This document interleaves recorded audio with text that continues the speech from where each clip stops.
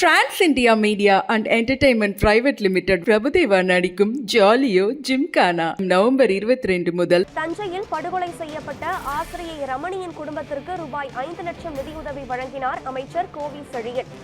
தற்போதைய முக்கிய செய்தியாக பார்த்து வருகிறோம்.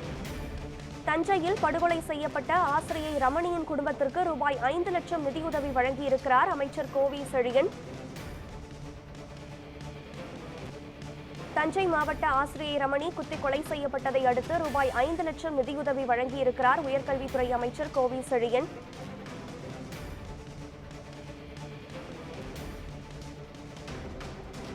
ஆசிரியை ரமணிக்கு ரூபாய் 5 லட்சம் நிதியுதவி என்பதை நேற்று முதலமைச்சர் மு.க.ஸ்டாலின் அறிவித்திருந்தார். அதைத் தொடர்ந்து இன்று ரூபாய் 5 லட்சம் நிதியுதவியை வழங்கியிருக்கிறார் உயர்கல்வித்துறை அமைச்சர் கோவி செழியன்.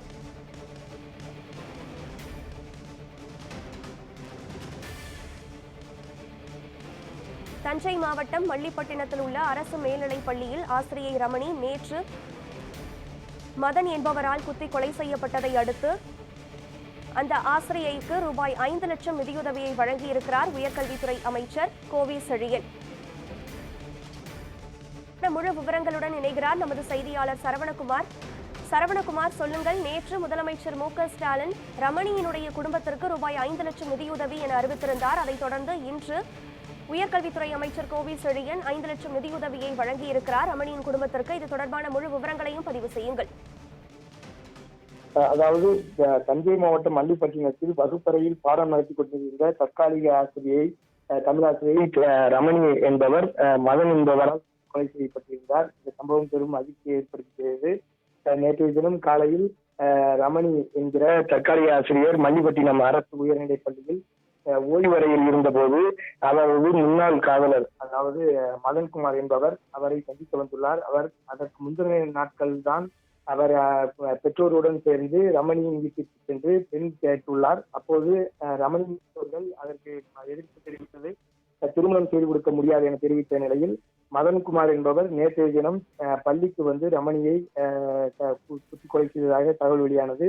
இதனைத் தொடர்ந்து ஆசிரியை மருத்துவமனையில் சிகிச்சை அளிக்கப்பட்ட போது அவர் கொண்டு செல்லும் வழியிலேயே இருந்ததாக மருத்துவர் தெரிவித்த நிலையில் இது மிக பெரும் சர்ச்சையாக இருந்த நிலையில் நேற்றைய தினம் பள்ளிக்கல்வித்துறை அமைச்சர் அன்பில் மகேஷ் மற்றும் உயர்கல்வித்துறை அமைச்சர் கோவி செழியன் ஆகியோர் சம்பவ இடத்திற்கு உடனடியாக சென்று பார்வையிட்டு ஆசிரியரின் பெற்றோருக்கு ஆறுதல் வழங்கியிருந்தனர்.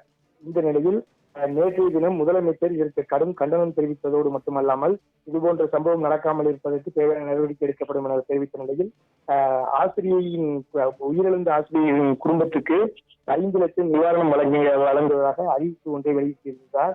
இந்த நிலையில் தற்பொழுது உயர்கல்வித்துறை அமைச்சர் கோவி செழியன் அவர்கள் அந்த உயிரிழந்த தற்காலிக ஆசிரியை ரமணியின் பெற்றோரிடம் தற்பொழுது அந்த முதலமைச்சர் நிவாரண நிதி வழங்கப்படும் 5 லட்சத்திற்கான காசோலையை தற்போது வழங்கி வருகிறார்.